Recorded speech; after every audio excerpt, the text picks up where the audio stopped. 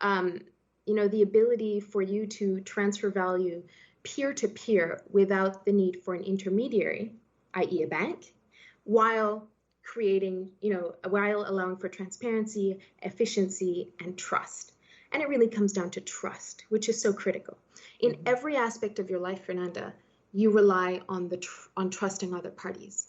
You rely on trusting parties from when you bought your house. If you bought your house, you had to rely on 9 or 10 or 12 intermediaries, from the bank providing you with the mortgage, to the notaries, to the lawyers, to all of that, right? And trust comes down to, it's very difficult to trust third parties you don't know. And so Bitcoin created the opportunity to do that, and also created the opportunity to bank the unbanked. And that's something that I definitely witnessed working in Uganda, which is where I was when I was working with NGOs and the United Nations. Even I myself was unbanked there, and I'm banked in Switzerland and Canada and Hong Kong, but I couldn't get banked there.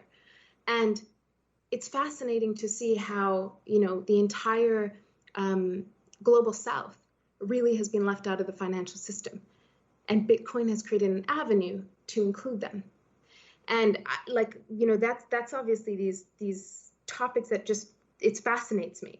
The nitty and gritty behind the nuts and bolts behind how the technology works. You should really turn to some of the best developers that we have that are building the protocols that we rely on. But from Bitcoin, you essentially have a very big transformation, which is the move to smart contracts. Smart contracts are basically if-then statements. So if X occurs, then Y will occur. And a smart contract allows you to execute an if-then statement from the very beginning. So in a contract, for example, you can allow for something to happen if another item happens. So instead of having elaborate contracts where you need a lawyer to execute, or a notary in between, you can essentially have a smart contract that does it automatically.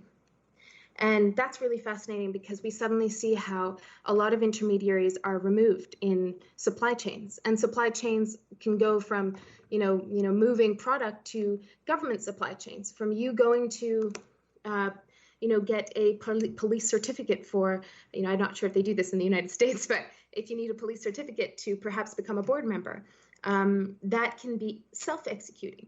Right? So it doesn't require you to suddenly wait 2 weeks for all of these intermediaries in between to do A, B, and C, to verify, to check, a database that this information exists. It can essentially be pre-coded to allow you to access your information immediately. And more importantly, one of the things that blockchain is very interesting for, when we talk about citizens interacting with their governments, and citizens interacting with every aspect of society. So whether it's banks, or at the grocery store, or at a bar, where perhaps, let's say, at the bank they check your identity, at the bar they check your identity to make sure you're not 21 in the United States. These things, you realize suddenly that with blockchain you can also start protecting some of the data that you have, that you've just been given off your whole life. Fernanda, you have provided your information to God knows how many institutions at this point, right? Exactly. And you continue to do that, right? You continue to verify. You have to continue to verify who you are to all of these third parties, who technically, first of all, don't need the information that you provide them with, and in addition to that, you're essentially distributing data that needs to be protected. Blockchain allows you as well to start thinking about releasing not data in and of itself, but rather, zero knowledge proof allows you to do something where, for example, if you were to go to a bank and you need to verify yourself, rather than providing your lease and your identity card, your passport, and whatever else you need to provide, utility bill, instead you would only need to essentially provide a yes, saying you have met all of these requirements that they need. And all of those would be verified by third parties, such as governments or other financial institutions. So, blockchain is fascinating in that it creates different avenues. On the financial side, you're talking about bringing in parties that have been left out of the financial system through cryptocurrencies that aren't necessarily regulated by financial institutions or governments. And then on the flip side, from a data perspective, it allows you to protect certain aspects of your data by pre-coding certain parts of information that's verified already by other parties without, again, requiring a full distribution of your data. That makes perfect sense. I'm going to have you do a 6-part series for us on We Global about this. It's so interesting. Well, let's talk a little bit about in the early days when you launched your company and you were scaling your business, et cetera, which I'm sure is probably something that you continue to do. What are some time-saving and money-saving strategies that you would recommend to founders out there who are trying to bootstrap their business that you use that you found were effective?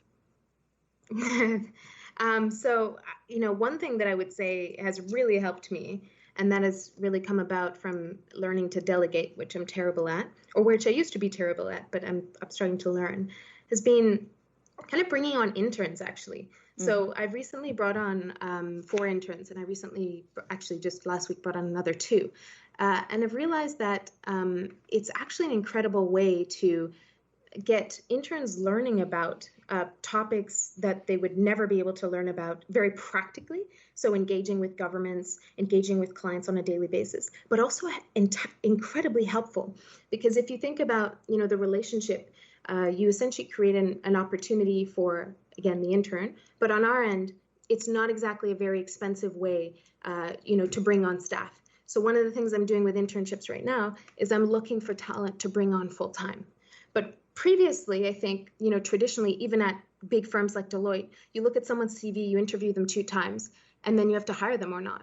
Mm-hmm. In this instance, what I find fascinating is you don't need to do that.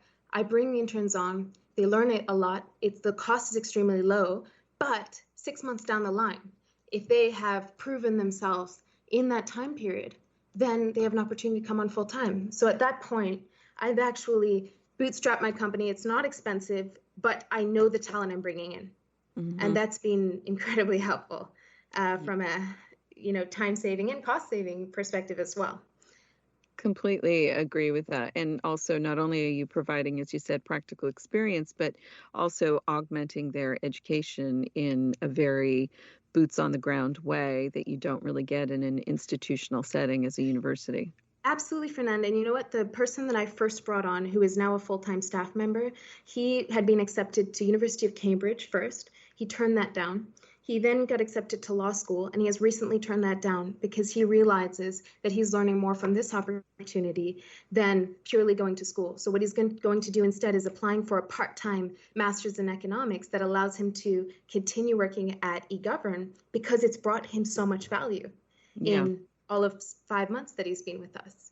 I mean, I honestly feel that that's the future of education. So that's, because, technology and the world is changing so rapidly that there's no way that universities can keep up unless you have innovation centers within them, which is a whole other topic. And that's another reason why at We Global we have a whole studentpreneur area because of that collaboration.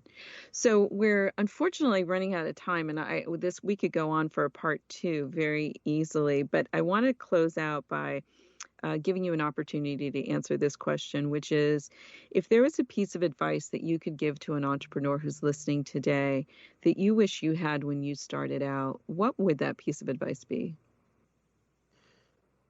I think it would be jump into every experience that you can, and don't always try to formalize things, whether that's trying to get a job, position straight away.